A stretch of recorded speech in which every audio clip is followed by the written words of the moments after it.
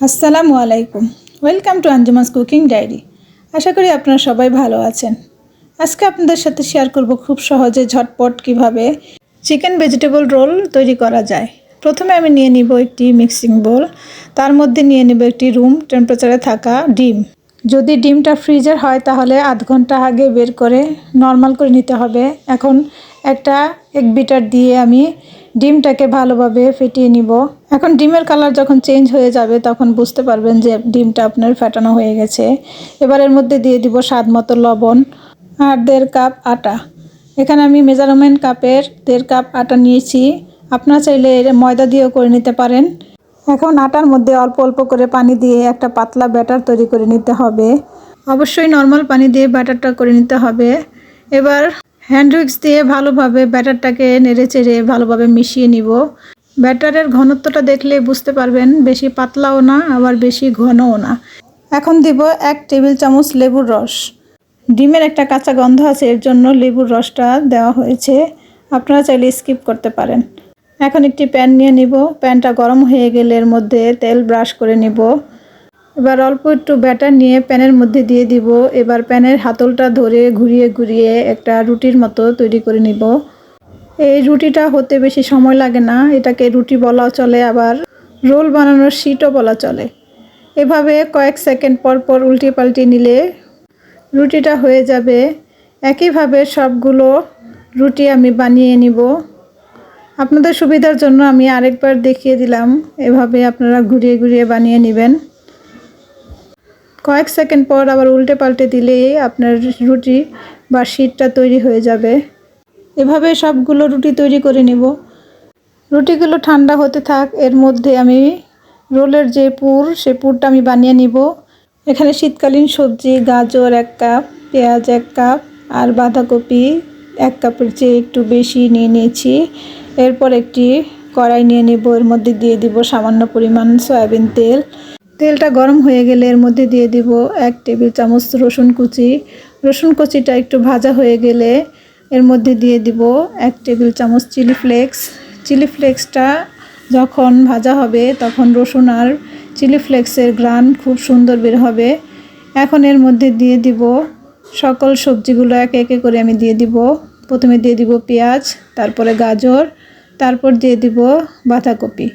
আপনারা চাইলে আপনাদের পছন্দ মতো সবজি এখানে অ্যাড করে নিতে পারেন। বাঁধাকপিটা আমি একবারে দিব না, প্রথমে অর্ধেকটা দিয়ে দিয়েছি। এবার একটু নরম হয়ে গেলে তারপর দিয়ে দিব বাকি অর্ধেকটা। এখন সবগুলো সবজি ভালোভাবে মশলার সাথে মিশিয়ে নিতে হবে। এখন চুলার আঁচটা হাই ফ্লেমে রেখে সবজিগুলোকে ভালোভাবে নেড়েচেড়ে ভেজে নিতে হবে। এই পর্যায়ে যদি চুলার আঁচটা কমিয়ে দেন তাহলে সবজি থেকে প্রচুর পরিমাণের পানি বের হবে আর সবজিটা বেশি সিদ্ধ হয়ে যাবে। চুলাটাকে হাই ফ্লেমে রেখে কয়েক সেকেন্ডের জন্য ঢেকে দেব সবজিটা মজে আসার জন্য। এরপর সবজিটা নেড়েচেড়ে ভালোভাবে মিশিয়ে নিব। এখন দিয়ে দিব পরিমাণ মতো লবণ। লবণ দিয়ে ভালোভাবে সবজিটাকে আবার মিশিয়ে নিব। আমার সবজিটা এখন প্রায় সিদ্ধ হয়ে গেছে। এখন এর মধ্যে দিয়ে দিব 1 টেবিল চামচ পরিমাণ কাঁচামরিচ কুচি, 1 টেবিল চামচ পরিমাণ সয়া সস আর 1 কাপ পরিমাণ মুরগির মাংস। এই মাংসটা আমি আগে থেকে সিদ্ধ করে ছোট ছোট টুকরো করে নিয়েছি। আপনারা চাইলে রান্না করা মুরগির মাংস দিয়ে রোলটা বানিয়ে নিতে পারেন। এবার আমি সব কিছু ভালোভাবে একসাথে মিশিয়ে নিব। এবার আমার সবজিটা পুরোপুরি হয়ে গেছে। সবজিটার মধ্যে একটু বাইন্ডিং আনার জন্য আমি এর মধ্যে 2 টেবিল চামচ কর্নফ্লাওয়ার ঠান্ডা পানি দিয়ে আগে থেকে গুলিয়ে রেখেছিলাম। এবার কর্নফ্লাওয়ারটা এখানে দিয়ে ভালোভাবে আমি নেড়েচেড়ে দিব। আপনারা চাইলে কর্নফ্লাওয়ারটা স্কিপ করতে পারেন। তারপর এর মধ্যে দিয়ে দিব 1 টেবিল চামচ পরিমাণ ধনেপাতা। ধনেপাতা দিয়ে আমি ভালোভাবে নেড়েচেড়ে নামিয়ে নিব। এবার একটা সাইডে রেখে দিব পুরটা ঠান্ডা হওয়ার জন্য। আগে থেকে বানিয়ে রেখেছিলাম যে রুটি বা শিট একটা নিয়ে নিব। এর মধ্যে দিব 1 টেবিল চামচ চিকেনের পুর। পুরটা নিয়ে আমি কিভাবে ভাজ করি তা আপনারা লক্ষ্য করলেই বুঝতে পারবেন। প্রথমে এক সাইড তারপর আরেক সাইড ভাজ করে দিব। এরপর উপর থেকে ভাজ দিয়ে রোলটাকে পেঁচিয়ে নিব। এই তো হয়ে গেল আমার একটা রোল।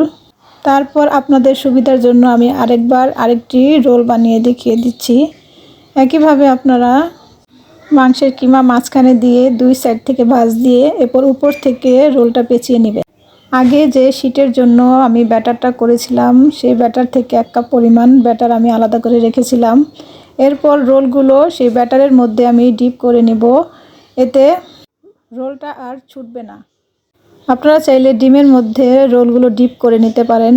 এখানে বিস্কিটের গুঁড়ার মধ্যে আমি রোলগুলোকে ঘুরিয়ে ঘুরিয়ে একটা কোট করে নিব। আপনারা চাইলে ব্রেড ক্রাম্বসও নিতে পারেন। আমার হাতের কাছে বিস্কিটের গুঁড়া ছিল, তাই এটা দিয়েই আমি করে নিয়েছি। এই তো রোলগুলো রেডি হয়ে গেছে ভাজার জন্য। এইভাবে আপনারা ফ্রোজেন করে রাখতে পারেন কয়েক মাসের জন্য ডিপ ফ্রিজে। এবার আমি একটি কড়াই নিয়ে নেব, এর মধ্যে দিয়ে দিব পর্যাপ্ত পরিমাণ তেল। তেলটা যখন হালকা গরম হবে তখন আমি রোলগুলো ছেড়ে দিব। তেল যদি বেশি গরম হয়ে যায় তাহলে রোলটা উপর থেকে পুড়ে যাবে।